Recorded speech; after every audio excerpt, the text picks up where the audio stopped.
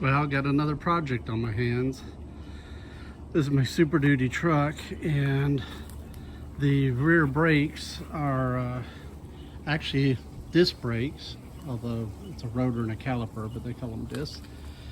And the disc is dragging actually on the other side, but I went ahead and jacked the whole rear end up to check both calipers and rotors and put new pads on it while I'm at it, have it jacked up. And I got my helper here. Hey Daisy, you ready to do some brakes? But so I'm gonna have to pull them off and see what they look like, and then order some calipers, rotors, brake pads, and see if well, first I'm going to see if I can clean these up, but I'm pretty sure the one on this side is locked up. Okay, to get started on this, you're gonna need some tools. Like, I just have this ratchet set. It's very handy, has a place for everything in its place. And when you're doing any disc brakes, you really need a C-clamp. This little 3-inch works okay on cars. I got this 4-inch, which is kind of nice. It has this quick feature. You push this button and it, well, slides, gets you close, and then you crank it. So that's kind of nice. But what there is because I'm going to take the rotor off, then this mounting bracket has to come off. So sometimes if you're just doing the brake pads, you can just take these two caliper bolts off and take the caliper off and replace the pads, squeeze it back down, and go away.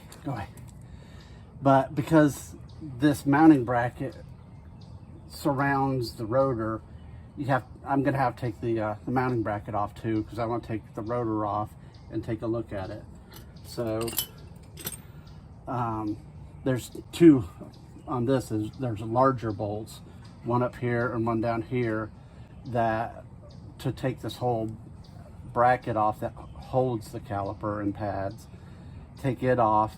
It has the hydraulic hose, so you have to be careful right here. You don't want to kink the hose, so you need to be careful with it.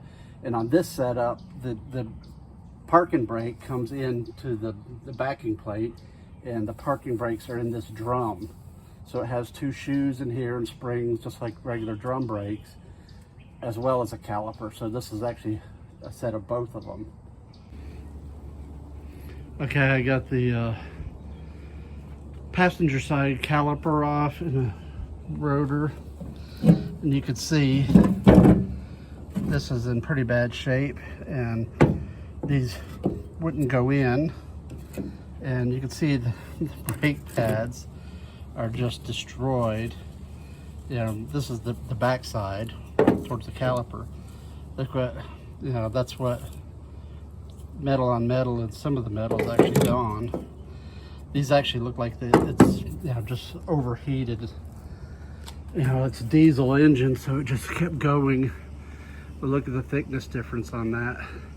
You know, this side down here is supposed to be that thickness, and it's not. And this is where the, you know, the caliper was pushing against it, but it wasn't centering like it should. So I went ahead and got a new caliper and some pads, and waiting on the rotor because it's coming from Memphis, and it was supposed to be overnighted, and they lost my rotor somewhere. It's been close to a week now, and overnighting does not mean a week.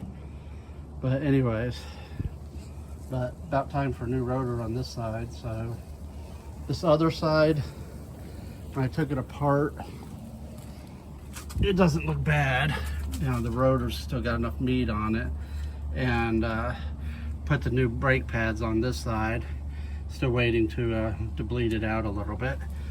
But this other side, I still gotta wait on the rotor. So I'm just finishing up on this side. I mounted the caliper to the mounting bracket. You know, the mounting bracket has those two big bolts. Then the caliper floats on these two pins, and the pins and the little bolts that hold it came in this kit for the new caliper. And then it has a new rotor, and about complete now. Okay, there's the new rotor, AC Delco rotor. You see the meat on that one too. And new caliper, rebuilt caliper actually. And this one actually came with the bolt that is hollow and has the two copper washers. So that was nice that it actually provided that, and these little clips for the brake pads. And you can see I got the new pads in there. And just gotta bleed this side now, bleed the other side, and put it back together. So most of you have done disc brakes, but I don't know if you've ever seen one on the rear of a car. This section right here is actually drum brakes inside. I should have taken a video of it before I put it back together, but I already put the caliper on.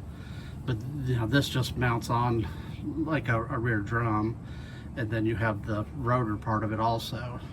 But inside here, I didn't replace the pads, the shoes, because they look like they're in good shape. You know, really, you should never have to really replace the shoes unless you drive with the parking brake on. And which, if you have a powerful enough engine, or if you don't put the brake completely on and it's like dragging a little bit, you know, it'll wear those shoes out. But both of these, you know, shoes, both sides, the shoes were fine. But it's interesting, this little section right here is a brake drum and shoe setup, and then the rotor, you know, it's like a normal, like most cars now, since the I guess in the 1970s most cars switched over to disc brakes. Somewhere around 1970, I think most of them have disc brakes now. But on a rear-wheel drive car, you don't really see disc brakes on the back, and really on a truck, yeah, I guess the newer trucks are starting to do that also. So I just need to finish. I'm waiting for help to bleed the brakes out, because I don't have an auto bleeder on it. So I'm going to bleed the brakes out and put the wheels back on.